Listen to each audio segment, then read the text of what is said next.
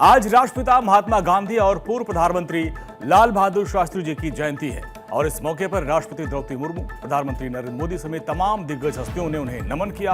प्रधानमंत्री नरेंद्र मोदी ने राजघाट पहुंचकर राष्ट्रपिता महात्मा गांधी जी को नमन किया और विजय घाट पर जाकर पूर्व प्रधानमंत्री लाल बहादुर शास्त्री जी को नमन किया, श्रद्धांजलि अर्पित की। इस दौरान महात्मा गांधी को याद करते हुए प्रधानमंत्री नरेंद्र मोदी ने कहा कि प्रिय बापू के आदर्शों ने मानव इतिहास की दिशा को बदल दिया। उन्होंने दिखाया कि साहस और सादगी कैसे बड़े बड़े परिवर्तन के साधन बन सकती है। हम विकसित भारत के निर्माण की बात करते हैं और अपनी खोज में उनके दिखाए गए सिखाए गए नए मार्ग का अनुसरण करते रहेंगे। विजय घाट पर लाल बहादुर शास्त्री को प्रधानमंत्री मोदी ने नमन किया और उन्हें याद किया और कहा कि लाल बहादुर शास्त्री जी एक असाधारण राजनेता थे, जिनकी निष्ठा, विनम्रता और दृढ़ संकल्प ने भारत को मजबूती प्रदान की। खासकर चुनौतीपूर्ण समय में उनके संकल्पों से देश को मजबूती मिली। उन्होंने अनुकरणीय नेतृत्व ताकत और निर्णायक कार्रवाई का उदाहरण पेश किया। उनके जय जवान जय किसान के नारों ने देश के अंदर देशभक्ति की भावना को प्रज्वलित किया और वो हमें एक मजबूत और आत्मनिर्भर भारत के निर्माण के लिए प्रेरित करते रहेंगे।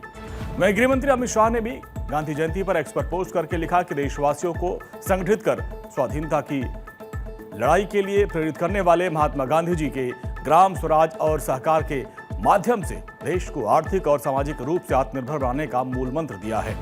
उन्होंने स्वदेशी, स्वभाषा, स्वसंस्कृति और स्वच्छता को भारतीय समाज में मूल दर्शन के रूप में स्थापित किया।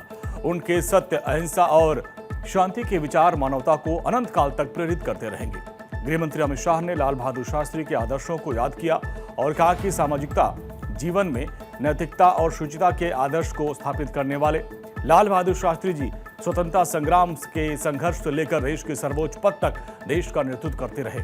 शास्त्री जी ने जय जवान जय किसान के नारों ने एक चुनौतीपूर्ण परिस्थितियों में देश के जवानों और किसानों में एक नई ऊर्जा का संचार किया है।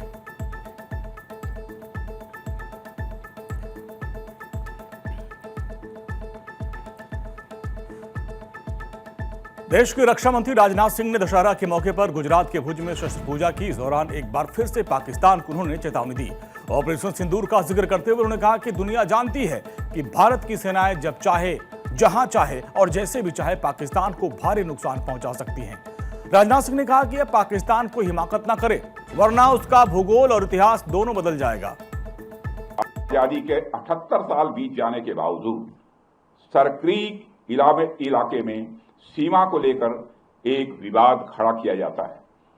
भारत ने कई बार बातचीत के रास्ते इसका समाधान करने का प्रयास किया है, मगर पाकिस्तान की नीयत में खोट है, उसकी नीयत साफ नहीं है।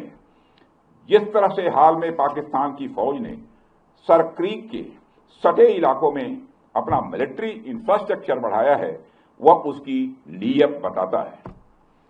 साथियों, भारत की सीमाओं की रक्षा भारतीय सेनाएं और बॉर्डर सिक्योरिटी फोर्स मिलकर मुस्तैदी से कर रही हैं।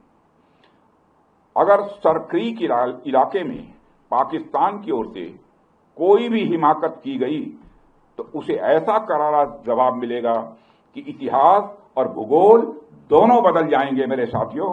और 1965 की जंग में भारत की सेना ने लाहौर तक पहुंचने का सामर्थ्य भी दिखाया।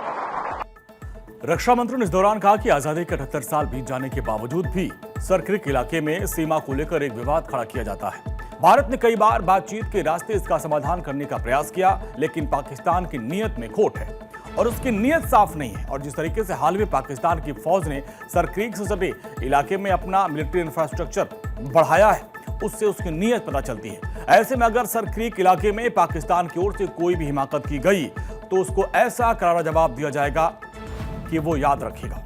राजनाथ सिंह ने कहा कि ऑपरेशन सिंदूर के दौरान हमारी सेनाओं ने दिखा दिया कि भारत की संप्रभुता को चुनौती देने वाली ताकतें चाहे वो कहीं भी हो, छिपी हो, हम उन्हें ढूंढकर उनका खात्मा करेंगे और ये शक्ति दुनिया को हमने दिखाई है।